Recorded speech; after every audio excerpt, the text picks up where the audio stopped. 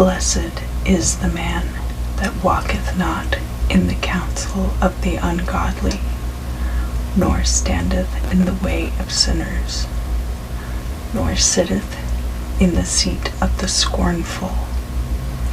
But his delight is in the law of the Lord, and in his law doth he meditate day and night.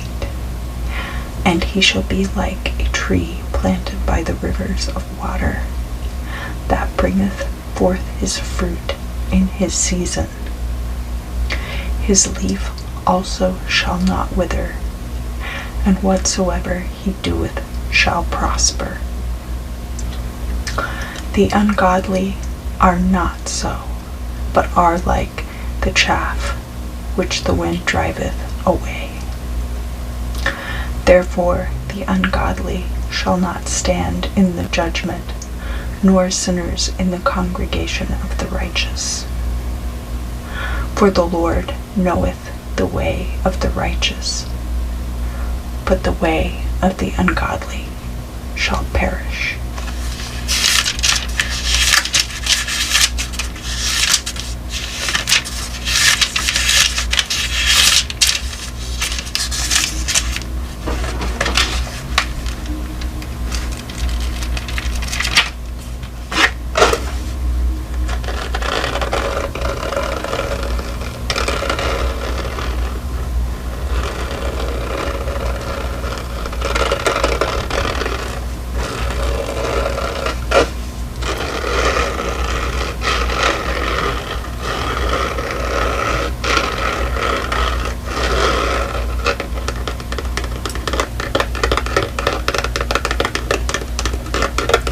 So today we will be meditating on Psalm 1.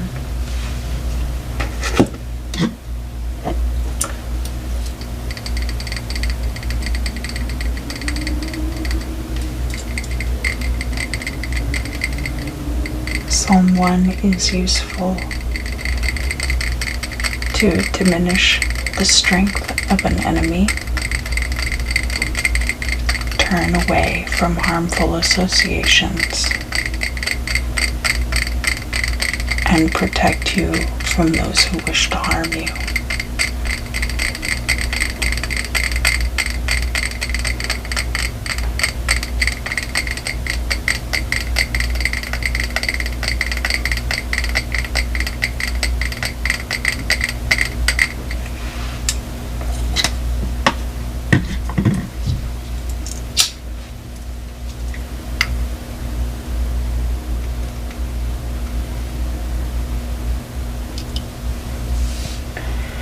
And if you'd like to set an intention for this meditation, just send it directly into the flame. Any negativity or stress that you might be holding, just send it right into the flame. Take a few deep breaths.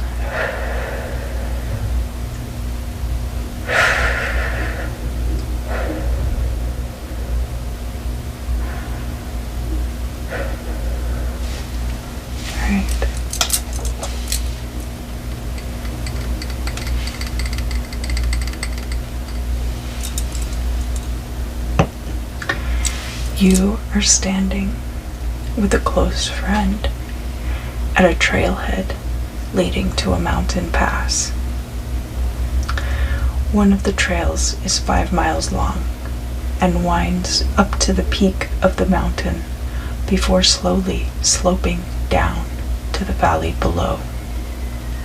The other trail is half as long and winds through the foothills. Your friend wishes to take the shorter route, but you would prefer to take the higher path. You see along the lower road many pitfalls such as snakes and falling rocks. Wishing your companion the best of luck, you embark upon the higher path toward the mountain's peak.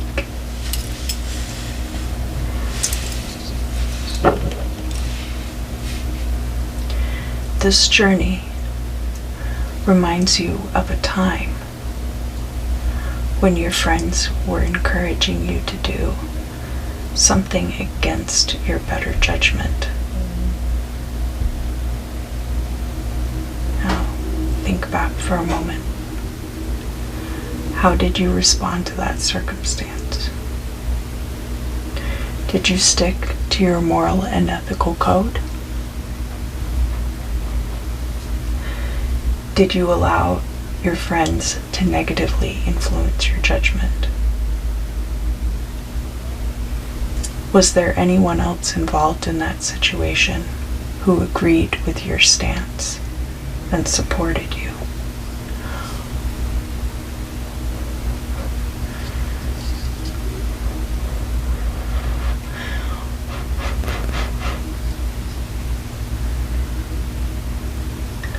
From your vantage point on the higher path, you can see your friend traveling through the foothills.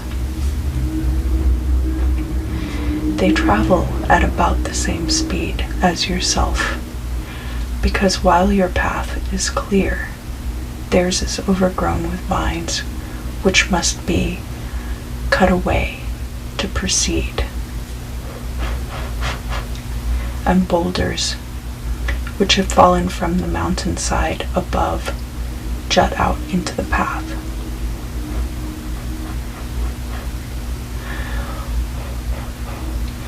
You are reminded of times when your friends encouraged you to cut corners in order to save time. Did you follow their advice? Or did you continue on a slower and more methodical path? What was the end result?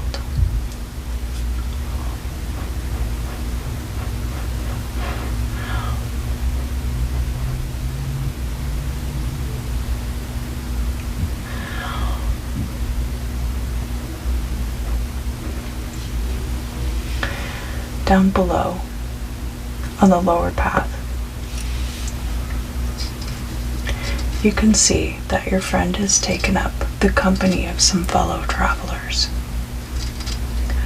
From where you stand, you can see that they have swords and daggers hanging from their belts.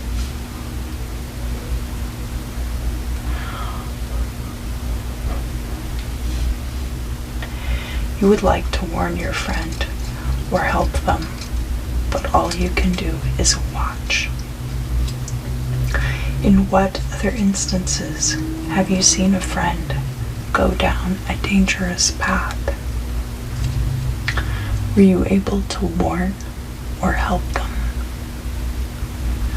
How are they doing now? Do you still talk to them?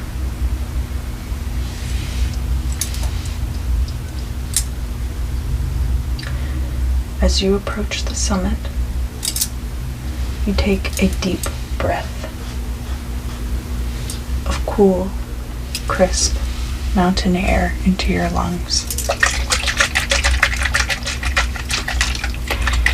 It contains less oxygen than air of lower altitudes, and you feel a bit lightheaded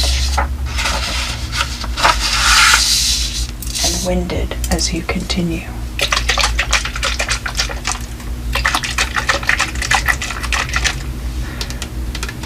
Think of all the instances which have surfaced during this journey where you were challenged to take the high road. Face your previous self, the younger versions of you who were making these choices. Talk to them about the choices that you made during those times.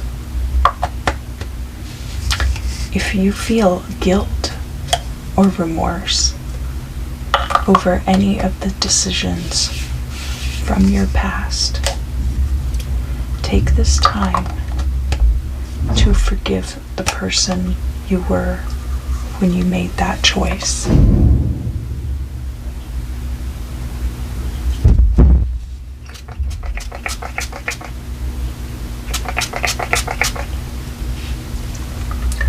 let warm, pure love flow from your heart into the heart of your previous self. Tell them their actions are forgiven and that you will both make better decisions moving forward. If you feel like you made the right decision and did the right thing, thank your past self for taking such good care of you. Let gratitude flow from your heart into theirs.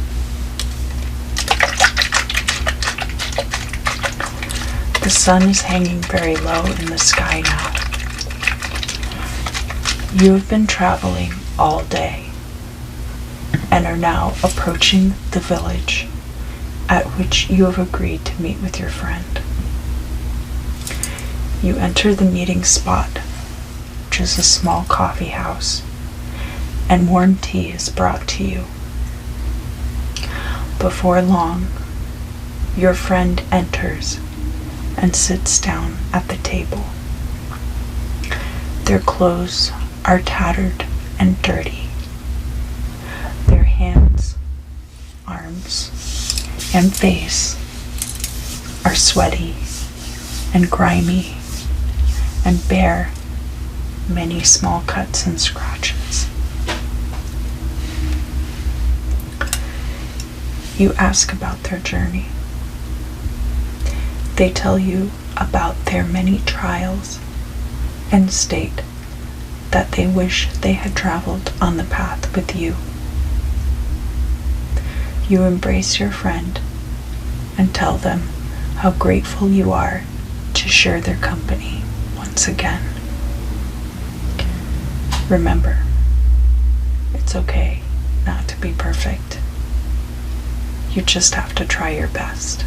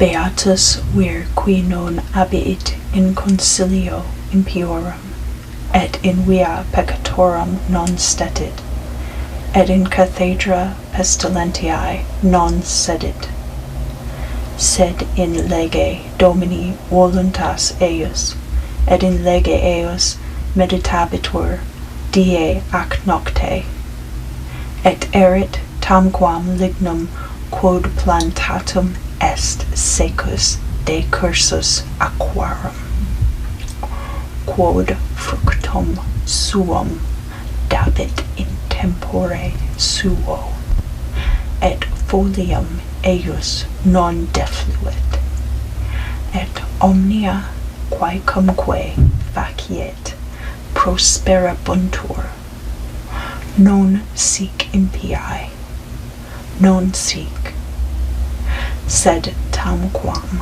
povis quem prohicit ventus a facie terrae, ideo non resurgent impiae in judicio, neque peccatores in consilio justorum, quoniam novit Dominus viam justorum, et iter impiorum peridit.